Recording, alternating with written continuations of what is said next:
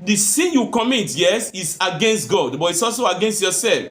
You know, some people are just there, dormant about education, dormant about their career, negligence. You see, when you neglect what you should do, you will fall into crisis. Proverbs chapter 10, verse 4. He becometh poor that dealeth with a slack hand, but the hand of the diligent make you rich. You want to be rich, you need to be diligent.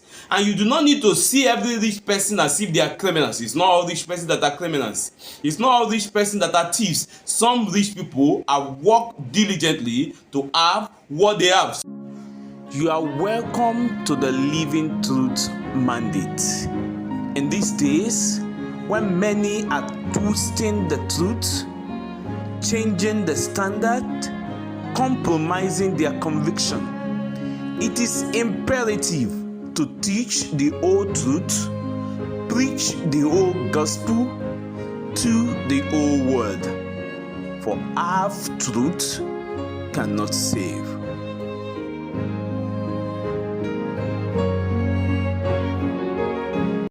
Look at Proverbs chapter 8, verse 36. But he that sinneth against me wrongeth his own soul. Now, if you sin against God, you sin against yourself too.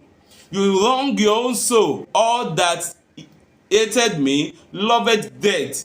If you do not do what is right, you say, oh, I'm only sinning against God. No, the sin you commit, yes, is against God, but it's also against yourself. And that's why we look to this word sin, to look at what could be the causes going further of avoidable crisis. S-I-N-S, sinfulness. When you are a sinful fellow, you fall into crisis. In 1 Corinthians chapter 6, in verse 18, he spoke about the sin against God, but also a sin against yourself. 1 Corinthians 6, verse 18. Flee fornication.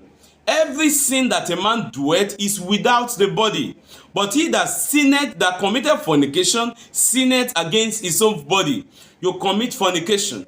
You meet with a woman who is not your wife. You meet with a man who is not your wife, and that's sexual meeting. Now, when you have that, you sin against God, but you also sin against yourself.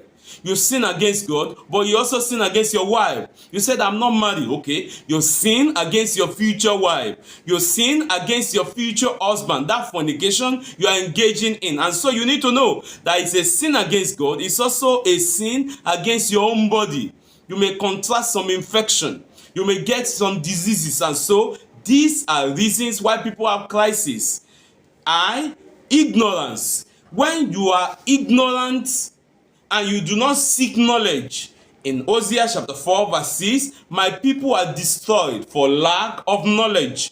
Isaiah chapter 5, when you do not seek required knowledge, you say, I'm a child of God, but you don't seek to read. You don't seek knowledge, relevant knowledge in your career, relevant knowledge in your profession. If you do not seek required knowledge, you will not grow. In your career, you will not grow. You will have crisis. In Isaiah chapter 5, verse 13, therefore my people are gone into captivity. Why? Because they have no knowledge, and their honorable men are famished, and their multitude dry up with thirst. And so in that career of yours, you need to get knowledge, refresh knowledge, refresher courses to improve yourself. Get required knowledge to grow your career.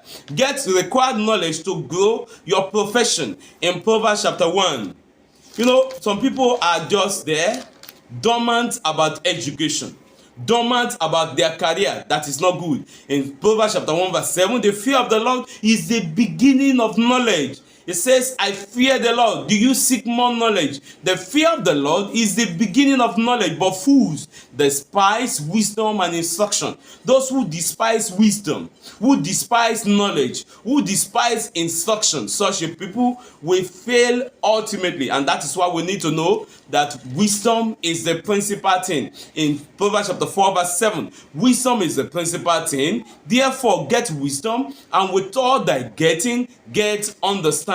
These are ways to avoid crisis. The last letter is N, negligence. You see, when you neglect what you should do, you will fall into crisis. Proverbs chapter 10, verse 4. He becometh poor that dealeth with a slack hand, but the hand of the diligent make you rich. You want to be rich, you need to be diligent.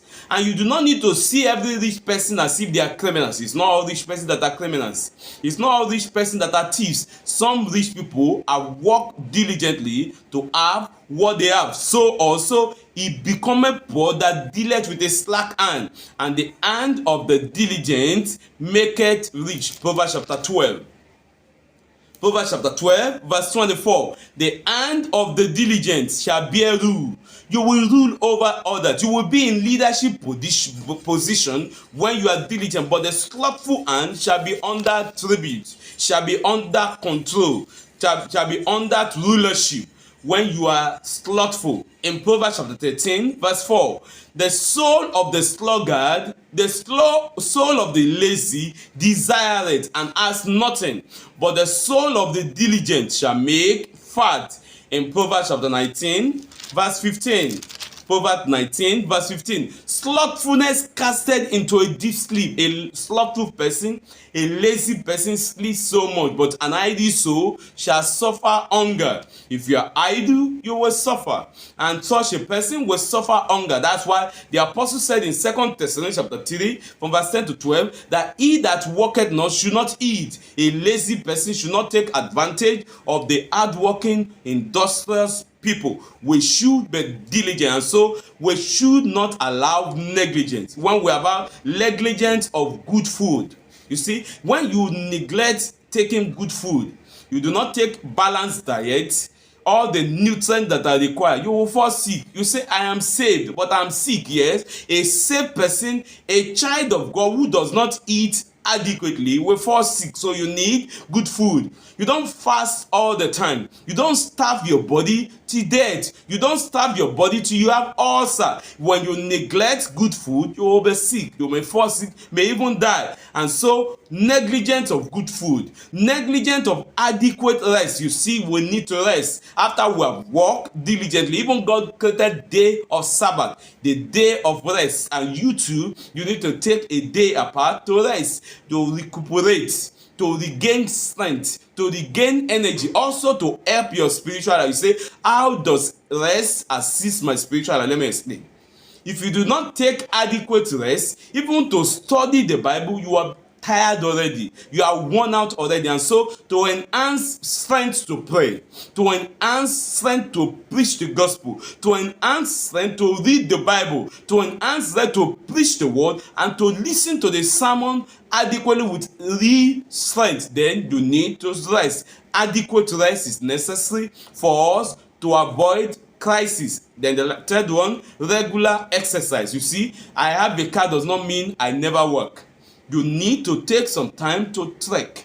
You need to take some time to do exercise. You need to take some time to enhance the flow of the blood in your body. Staying in one place all the time, sitting with the computer all the time, sitting with the laptop all the time, sitting in the car all the time, sitting in the office all the time will not help the blood flow, will not help your body growth. And so we need to know that to break down some fats, to break down some sugar, to ensure that the cholesterols are not storing up in our body, we need regular exercise. These are ways we avoid crisis. I pray for you, I pray for all. You will prevent avoidable crisis in your life, in your family, in your profession, in Jesus' name. The Lord will bless you.